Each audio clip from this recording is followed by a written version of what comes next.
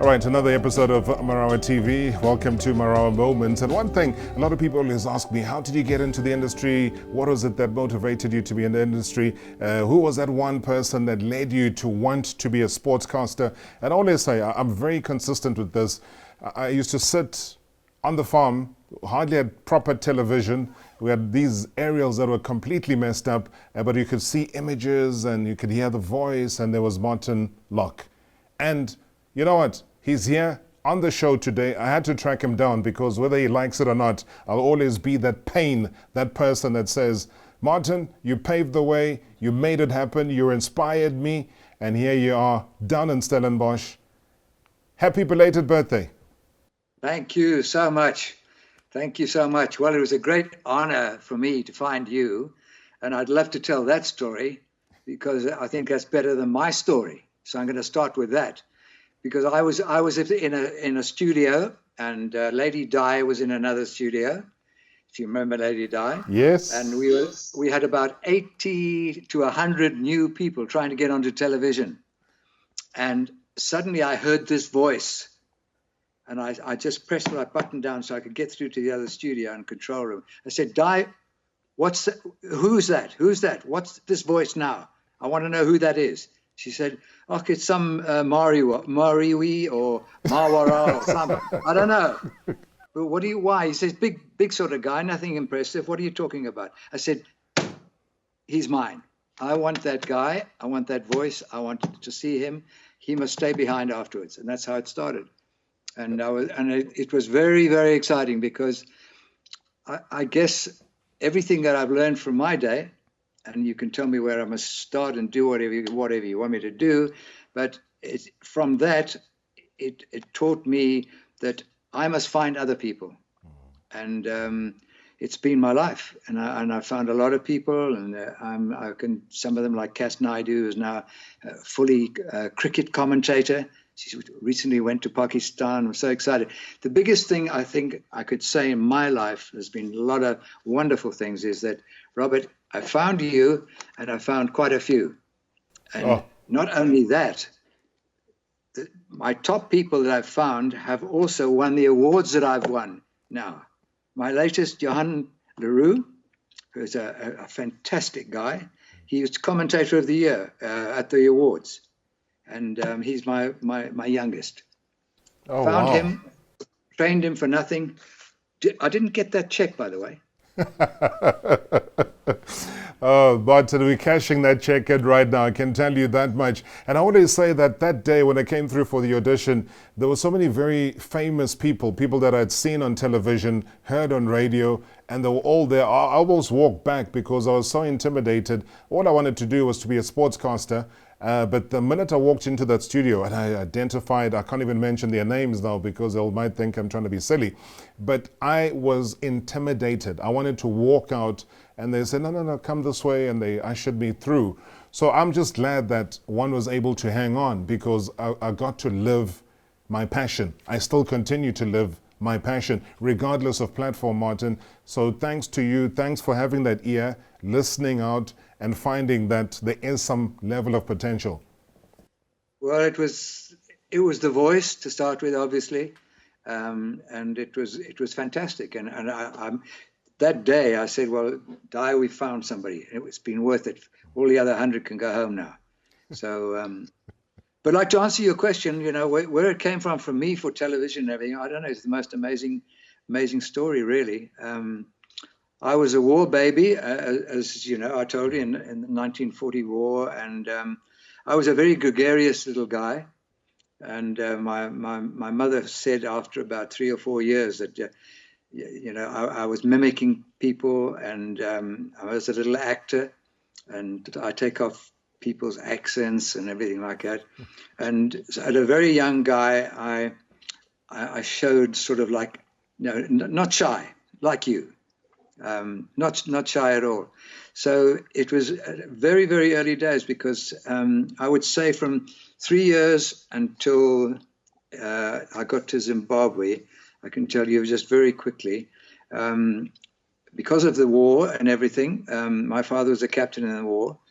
And he was working for David Whitehead Fabrics during, just before the war. He was sent to Libya, and we lived in Libya for a year. We had a German prisoner of war, and I got to know him. I learned German, and it's about the best thing I could have done, because at school I was absolutely hopeless. But I had a year there with them, and then we moved to Kenya, Nairobi, and we had 3 years there, and back to England, and so on. And so I was getting 7, 8, and what have you. And it follows the trend of me followed that amazing speech by Harold Macmillan, The Winds of Change. Do you remember that? Yeah. That was the start of. I arrived there in Kenya at the time of Mau Mau, and so I was going to school with all the black little kids, with my brother. And it was very strange for us. And I kept saying to my dad, why these kids don't really like me? There's some sort of, I don't know, what's the story? Yeah. Because I had a soccer ball at my feet, and I was very good at soccer. And I was playing with them and running circles around them. And so from that day on, and that's what my story in my book is about, that my father taught me that this is a ridiculous thing. And of course we went, then we went up after Kenya, it was Zimbabwe. And my father was an activist against Ian Smith. You may remember the Prime Minister who declared UDI, the most stupid thing that ever happened. And my dad said to me, look, this is absolutely ridiculous. I will tell you, I'll take you forward in a moment. But I learned from those days that, I don't know what the color thing was. Because if you look at the most beautiful people in the world, they come from all colors, actors, film stars, people. People, and my brother and I, we couldn't understand it. And it was eventually my dad said one day, to cut a long story short, that when I got into, sport was everything for me, everything. And I played a lot of cricket. And I played senior league cricket when I was age 15 with grown-ups, and soccer. And I played soccer, did really well at junior school. When we got to senior school, there was no goalposts. I said, what goes on here? I said, no, play rugby. So one of my best friends, a very famous guy called John Bredenkamp, who turned out to be one of the best rugby players in that country, he said to me, listen, we've seen you play soccer, you dribble like crazy. He said, why don't you just pick the ball up and do the same thing? And that is a true story. And I started, and if only Nas Borto could have learned that. He would have also been a good player. But no, we played rugby right through. I was a fly half, and again, so later on days I played cricket and rugby for the army, and I could have gone a lot further. But my school days, which I must tell you quickly, because how I got to being where I am is all circumstances, being very forward, and after always wanting to be in this and that and plays and everything. And at school, I starred in a lot of major parts. The importance of being earnest. I played Lady Gwendolyn Fairfax with a 36-inch bosom. I was beautiful. And but then I was to the rugby field and to the cricket field. Nobody could believe it. I didn't. In the classroom, I was absolutely hopeless. And Robert, as I sit here now, this was the biggest break in my life. Wow. I was 15 years of age. I'd been thrown out of science class because I knocked the Bunsen burner over and nearly set the place alight. They said, you're going to blow this school up. And then I suppose I'd been playing with John McFun and I were the two leading cricketers, under 13, under 14, under 15. We were captain, vice captain, and rugby captain and vice captain right the way through. And then suddenly at about 3 months before the end of term, when I was under 15, I just started in a play. And, I'd been in the headmaster's office many times, dooks, bangs of dooks, and nobody wanted to have me in their class. And I thought, well, let's see what happens in life. And then suddenly I got this phone call from my dad, and he said, well, how are things going? I said, they're not. I said, look, great sport, it's fantastic. And I said, I want to commentate, being born in Manchester. And funnily enough, within about 10 years of that, I commentated on British football over in England at Old Trafford and Arsenal and Highbury and all these places. So, but the story was, which was very, very exciting for me. My dad said, well, look, how's it going? I said, well, no, I just wish I could get out of here. He said, well, look, how long will it take you to pack your bags? I said, what? I said, I'm 15. He says, no, I said, it'll take me 20 minutes. I was at boarding school.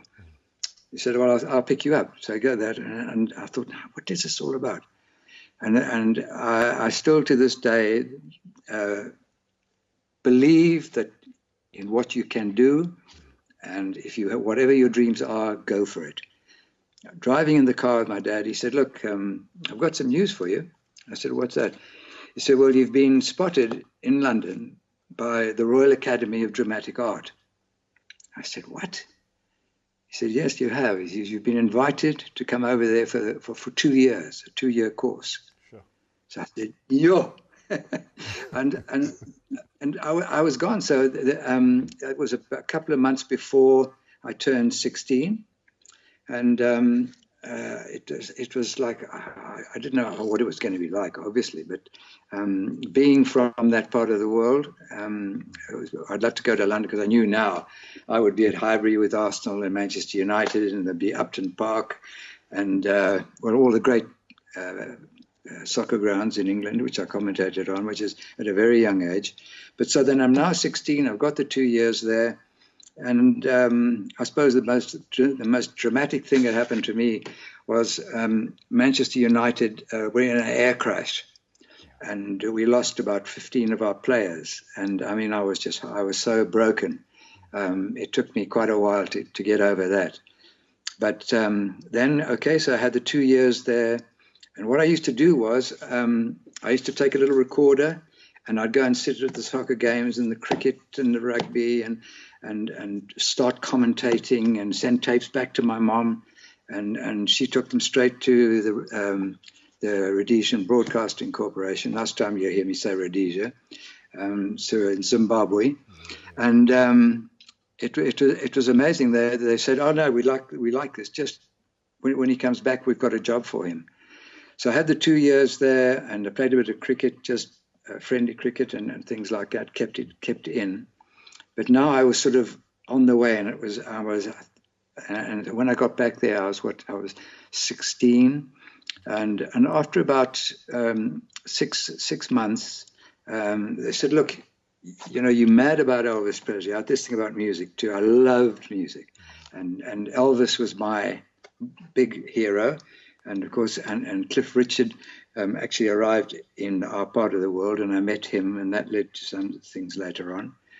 And so that's how it all started. And then the guy said, "Look, why don't you do a music program?"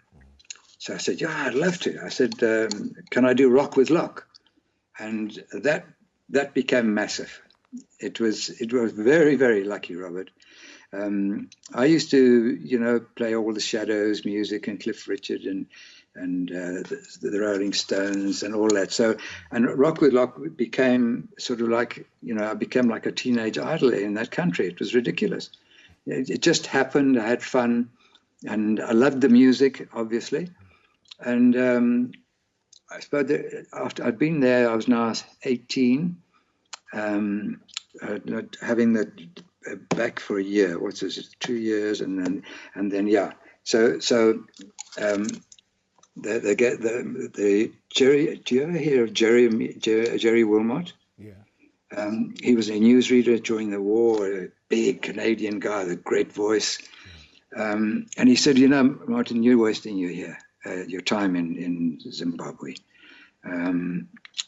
We don't want to lose you, but there's a radio station in England. It's Radio Luxembourg, and the station was in Luxembourg, head office was in London. He said, "Look, I'm a director of this radio station," and he said, "You are international. You've already proved it. You've got the voice. You've had the training. You must. I want you to. I'm going to send you over. You can jump on a plane tomorrow, the next day, whenever. I'm going to tell them that you must go and have an audition there." So I went there to London, and now I was so excited because I'd got the confidence of doing all kinds of things. And I walked into this guy's office, and I sat down, and he said, "Look, you come highly rated from one of our directors, so I would like to, we're hearing your voice. Just pop in the studio, here's some postcards. Just do a music by postcard." So I did that, and he said, "Okay, that's enough." He said, "What are you doing for the next 6 months?" I said, "No, I don't know." "You tell me." So he said, "Well, all the top DJs, they were world famous because it was broadcast from Luxembourg all over Great Britain and Ireland, and so all over Europe, and you're sort of out there with nothing else to do but the radio station." And apparently, BBC weren't doing anything like this with young poems, and ITV, and they listened to that radio station, and they just phone. And I was doing my thing there, having Pete Murray was a big DJ name there then, and they said, "You do these guys' programs. You just go and sit with them, and then the East goes away for a month." So after about 4 weeks, the phones were ringing, and agents were phoning from London saying, "Who's this crazy guy who keeps talking about Zimbabwe and this, that, and this?" And they said, "Look, when you finished, you must come to us." And the top agents there were Summerfields. And when I got there, they said, "Look, we've got lots of things we want you to go and audition for." And so it just happened like that. And the next thing was I was doing, like the soccer was one thing. Now, this is 1960, in the early 60s, So I think that was it. And it was just like the greatest broadcaster Britain's ever had, I think, was a guy called Eamon Andrews. He was top Irish. You've probably heard of Terry Wogan. So he was the Terry Wogan of the early days. A fantastic guy. And he took to me, and they said, "Look, we want you to be his sidekick." So I did that for about 6 months, and the phones were ringing, and ITV wanted to use me on a pop show, Thank You Lucky Stars, and I auditioned for cricket commentating and other sports, and all these things just started to happen.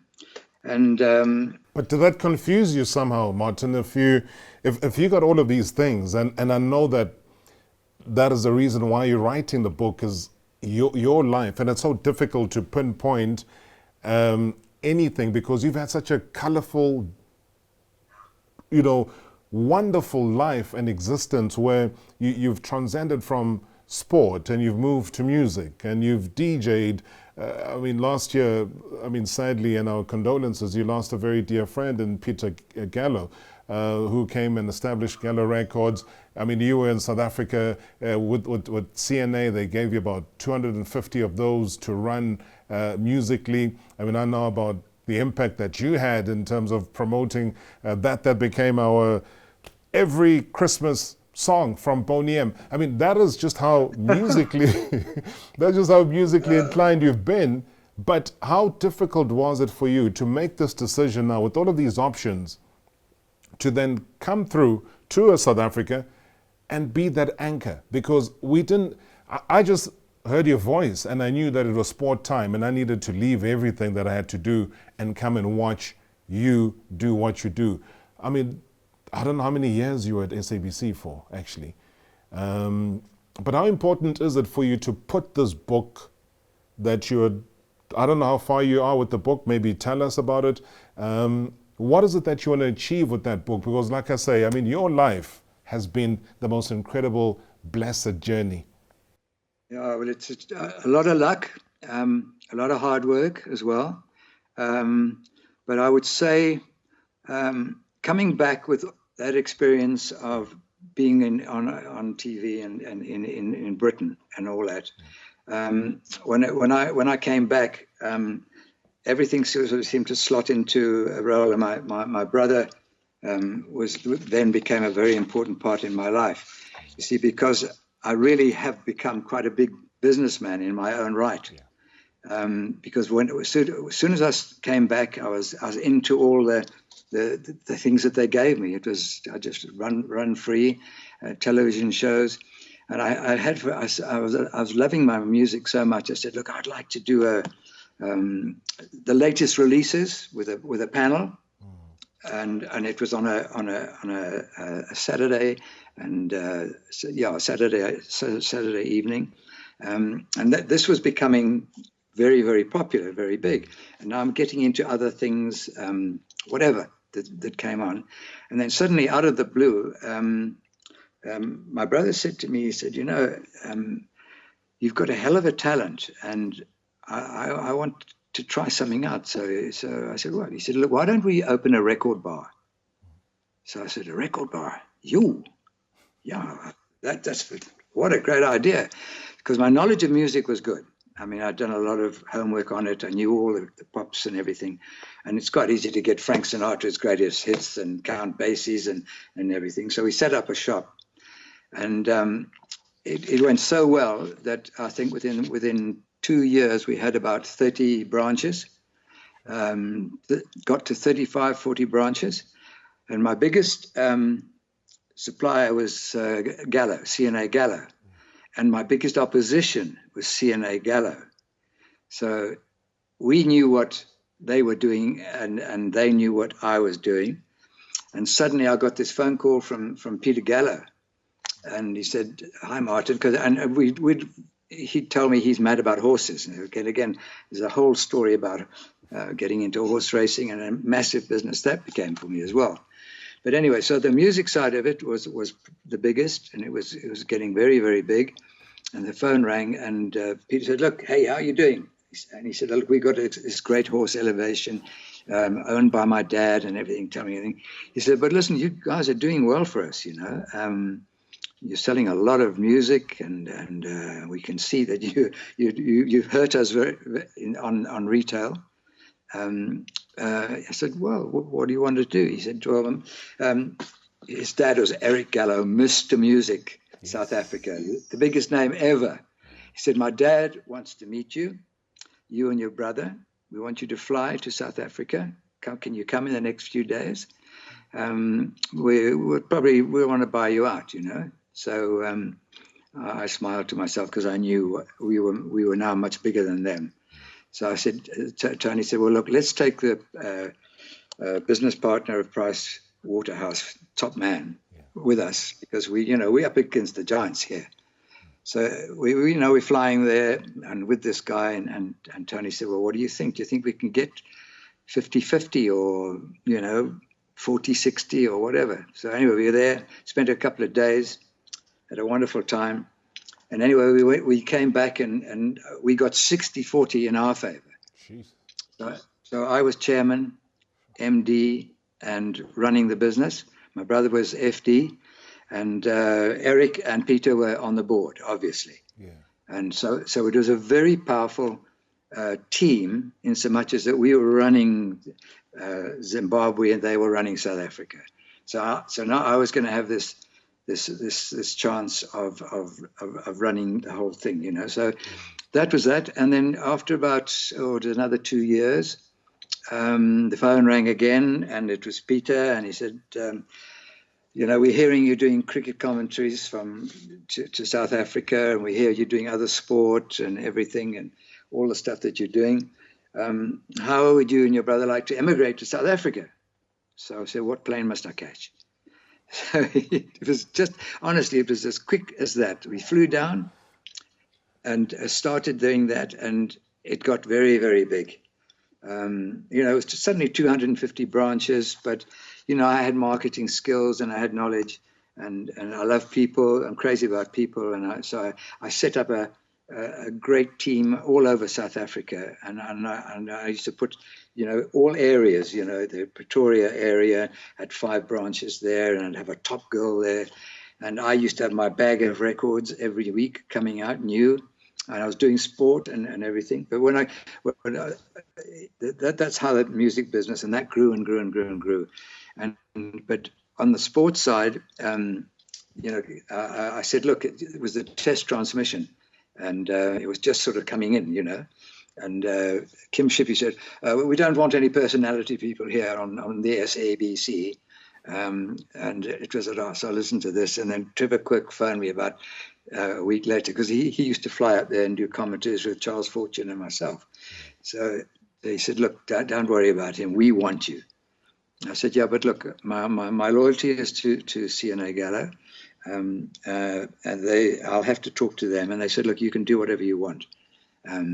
You're there, and you must build your name, and CNA can cash in on it. So that lasted for quite a long time, and then I got into all the sports and everything. And I suppose I became very friendly with various different people along the way. And wherever, every road I took, on the music side, obviously the guys, I did the breakfast show on 5FM for a number of years. And that was at the weekends, but I was doing racing down in, on the Saturday down in Durban or wherever. And my life was getting just so hectic. And eventually I had to say goodbye to the retail side, because Percy Galembo got hold of me. He'd seen me in action. He said, look, why don't you got so much sport and stuff and you're doing your thing. Why don't you join me and become managing director of GRC stroke CBS USA? And I said, well, I could do it for a few years. Let's see if you want to. But I'm doing my sport and everything. And so, but it happened. It worked. And then eventually it just got so big. The broadcast side, Robert, there was no way I could no longer. I said, look, I can't. And I mean, I was flying first class all over the world for CBS, and they said they'd fly me over. They said, well, look, we found a singer called Sade. We want you to listen to her. And I said, wow, no, that's for us. So they said, no, come over. I want you to meet her. So I'd fly over there and meet her and get to know her, and Bonnie Tyler. You met Sade, Martin. You didn't even tell me this. I'm the biggest fan of that lady. And we're still waiting for her to release an album. We're waiting for her to come and tour South Africa. And you met her. No. She's a great artist. Great artist. I said, but look, she's South African. She's beautiful for that market. Absolutely beautiful.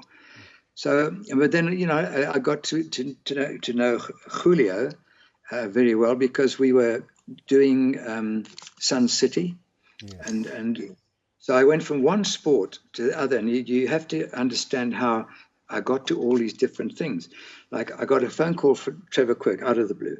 He says, listen, I want you to go to the airport on Monday. I've got something you got to do. I said, what do I do? He said, look, Sol Kersner? I said, yeah, no, Sol and I are great mates. He said, well, Sol will be waiting for you at the airport. Now, you must go to the airport. So I go to the airport, and Sol, what's happening? He said, oh, nothing much. He said, I just want to take you somewhere. I said, well, come on, let's go. I've got to get back. So he said, we're just waiting for Gary Player.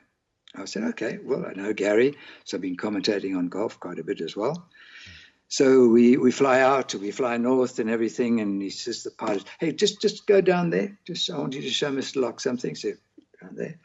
He said, have a look down there. I said, what? This looks like an extinct volcano or something. He said, just don't you worry about that. Gary, tell him what you're going to do. So Gary said, I'm going to put a golf course there. I said, you guys are mad. So he said, well, hang on a second, Chester. So fly, let's go around the corner. I'm going to do another golf course there. So I said, no, you really have lost it. I can't believe what you're telling me, guys. So I said, yes, and Martin, just take him around to the dam there. There's no water in it. I'm going to put a city there, Sun City. That was the the birth of Sun City. And I said to the guys, I said, but you're crazy. I said, well, there's no water. I said, I'll build the dam. And the trees, he said, no, they're dead. I'm bringing in trees. And so that was the level that got to me, but so lucky. And you know those concerts that I did, the concert in the park? Yeah, the Ellis Park one, yeah, concert in the park with Johnny Clegg at the time of Louis Late, when Louis Late was in charge of the Ellis Park. Well, Louis was a great friend of mine, and that started another thing, because one day we had they put on it was Operation Hunger. Yes. And guys like you were asked to be compare. So we had all the Barney Skinhead, Martin Bailey, and all the top guys, and myself, all just doing a thing. And it went very well. I had 120,000 people, I think it was. Yeah. And on the Monday afterwards, Louis Late phoned me, and he said, Martin, do you think you could put on another concert and make some money? I said, I like the idea. and so from there, and now I'm a mad U2 fan. I'm a mad Tina Turner fan. And I thought, now, how am I going to do this? Because I heard they were in England, you know. So I said to him, look, well, you want us obviously to do this at Ellis Park. So he said, yeah, no, we would do Ellis Park. I said, I've got to find out about the grass. And then I checked in the papers, and they were on at Wembley. So I said to him, well, look, I'd like to take your top man, Robbie Denton, over to London. And we've got, from music, I've got contacts into U2 and Tina's, their management, things like that. I said, I'd like to go over and see it. So we flew over. And from there, I got hold of 702 and said, look, will you be co-sponsors? And so I managed that whole thing. And so that concert took me into a totally another division. So it goes on, and it just didn't stop. And now I'm in a situation where, people don't believe. They say, look, yeah, you look 60. So I said, well, the only reason why is because I promise you, I can rock like Elvis and still. And I can rock all night. And I did it at my party, 3-4 hours. I go. And you can't get old if you keep busy and go for it. And that's why I say, guys, if you are useless at school but you're good at sport, or you're good at it, follow your dream. And I want to write this book, and I want to be able to persuade people that, as a school teacher, I mean, that threw me out of classes, but I was always getting a mention every Monday. Oh, he took wickets on Saturday, and he made runs, and so one went with the other. So I didn't lose out. But I often said, my vocabulary is not what it could be, because I never learned all those things. I was into everything, and some of there were critics of my commentary sometimes that I was everything fantastic and great, and so I had to start learning a few more words and everything else. But that's incredible, because, sorry, Martin, I know what we're going to do is, for the next episode, we'll chat about the horse racing side of things. I'm just being reminded regarding the time for this chat, is that in celebrating you, and I've got to say, I'm sure a lot of people that are watching were guessing how old Martin Locke is. You just recently turned 80. You've been involved horse racing, as I said. We'll do that for the next episode, because I want to really delve into what has happened to the sport itself, as they don't want to call it, the years of thoroughbreds and teletrack and everything else that you've been involved in. But we almost lost you, because at some point there was a report of a psychotic attack, and then you were put in an army hospital. There was talk of dementia and stuff. How are you? Because, I'm enjoying listening to this, and I'm thinking, this is more than a book. This is a fascination of a wonderful life well lived. And here you are at 80, as bright and as sparkly as you've ever been. How are you, given that health scare that we were told about? Yeah, well, it's, I have to swallow a few times every time when I look back at what happened. it was an extraordinary thing, and through a lot of luck and through Jeanette, my wife, I don't think I would have been here. And it was just an amazing thing. I was sort of slowing down a bit and doing a job in Stellenbosch. But, you know, having sort of 3 homes in South Africa and moving around, I'd done a lot and I could do things. But I think I was under pressure at times, and I just laughed it off. But suddenly I started losing it, and you know, I was drinking quite a lot, you know, and having fun. And one day I started getting a little bit of.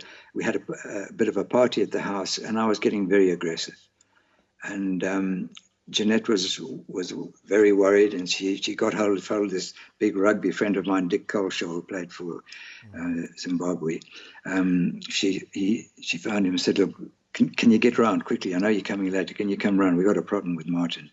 And then she phoned another girlfriend of ours, and who was a great friend of mine, Lorna, and said, "Look, you must get here." And so they came round, and you know, I was pouring Tots Life whiskey like this. I completely lost it, you know. And so eventually they said, right, Dick grabbed me. He was a front row, and I was a little 5'7.5" fly half. And he grabbed me, threw me in the car and everything, and we drove to the hospital here in Stellenbosch. And it was down by a shopping centre. And as soon as we got to the hospital, I ran out of the car and I ran down to the shopping centre, because I knew that I don't know what the hell was going on, but I knew I had friends. I knew the 2 guards down there, two black guys. They were friends of mine. And I said, "Look, these people are going to kill me. You've got to look. Don't let them take me." So of course Jeanette came, and the others came down, and they said, "Look, no, don't worry. We'll look after Martin. He's fine." And I said, "No, they're going to lock me up. Can't." So it was horrendous. And the guys put me in their little cart, and they drove me up there, and they took me inside. And so I started performing inside the hospital. And so they took me through inside, gave me a lot of jabs and what have you, and calmed me down. And from there it was very simple. They wouldn't keep me overnight. They said, we don't want him here. No way. You can. And so they said, "Well, what are we supposed to do?" They said, "No, he's got an injection now. Tomorrow morning you can phone up and we'll tell you what to do." So cut story short, I was banned in every single hospital in South Africa. Not allowed to go anywhere. And they said, "Well, you're going to Stikland," which was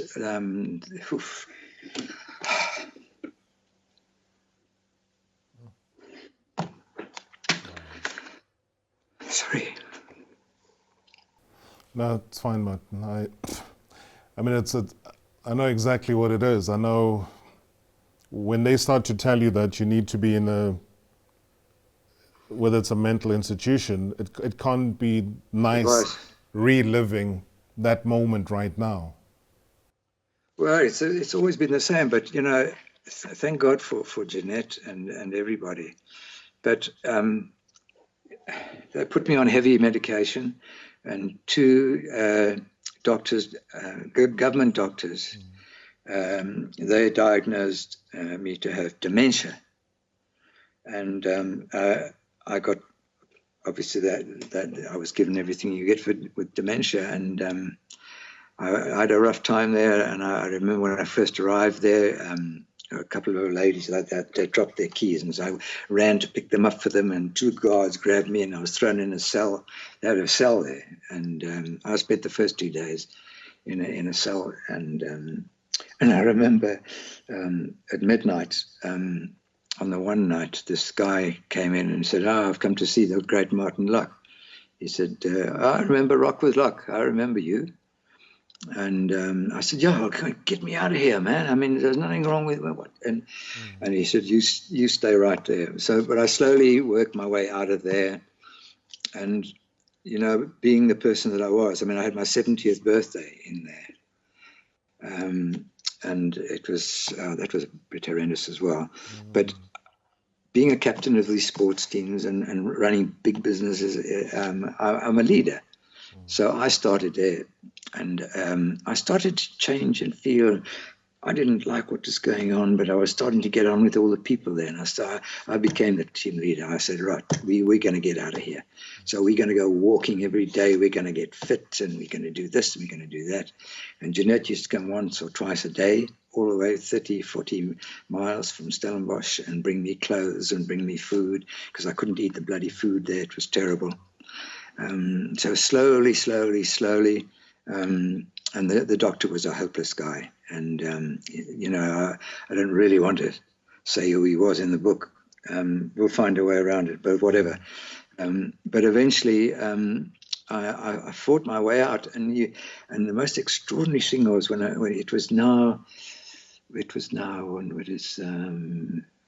came here, as I came out, Jeanette said, "I've got a big surprise for you." And I think this is how the sequence went. You've just been, you're going into the Hall of Fame. You're being, and Trevor Quirks at the same time. And I went to that, but I didn't really know where I was going, what was going, And it took about, from there, about 5 years. And I got out, and I wasn't allowed to drink at all and everything. And so I don't know actually how I managed to do that whole thing, because the booze, and that I'm going to reveal in my own way. I believe I'm to blame, not anything else. And I was having a ball and drinking with the guys and drinking too much, and a friend of mine who's here, he took his life because he was down dregs and he was drinking with me all the time. And I thought, hello. And that gave me the shock of my life. And I think I started to realize that, just forget about booze. So I did. And it was about 5 years. So I came down there and did that whole number. And then, other things I've been doing, like I've done with you. I've brought a lot of people through. And, I'm crazy about Cass. I mean, have you seen how she looks now? I mean, she's a stunning looking girl. Yeah. This whole She did tell me about what's about to happen. I mean, she told me not to say anything until she says it, so I'll hold back. But you know what, Martin, this could be a documentary. I will wait for that book to come out, and I really would want to be that person, wherever you're going to be reviewing it, around the country, to be there, to be able to go through it, even if it's just doing it for one leg of the whole country-wide launch of your book, which I'm sure all of us deserve to read. You don't have to be a sports-related person. If you enjoy life and you appreciate life, that's all it's going to be about. I want to thank you from the bottom of my heart for the time you have spent, the wisdom you've shared, and most importantly, just for opening up and being raw emotion with us. I don't take that for granted. Being the person whom I've always admired, and as you hit 80, I want you to add another 10 years, I want you to add another 15 years, and still enjoy life the way that you've always enjoyed life. And just thank you so much from the bottom of my heart, Martin. No, thank you. I can't thank you enough, because you've become a buddy, and I've got quite a few people in the industry that are buddies, and I'm finding a few young singers now and helping them, and I'll always find more, and I know that God willing, and that I now, you won't believe it, I drink, but Jeanette will tell you I have one glass. Not every day, But I love a glass of wine, with red wine with meat and fish with the white, and that's it. And I'm totally in control. There's no way they're going to get me. And my party was, the whole thing was come and rock with Locke for the night, and it was a fantastic party. And I wrote to them all out. I said, "Well, thank you for making it." I said, "But," and I said to them at the party, I said, "Look, you're all invited to my 90th, but don't be surprised if I have an 81." Oh, ladies and gentlemen, thank you so much to Martin Locke. What a story, an incredible journey. And like I said, from the bottom of my heart, thanks so much for being part of Marawa TV. We'll take up the conversation about horse racing when we chat to you again, Martin. And click like, subscribe, be part of this Marawa TV journey. And once again, appreciating what is happening in the world and learning from people like Martin. Thanks so much.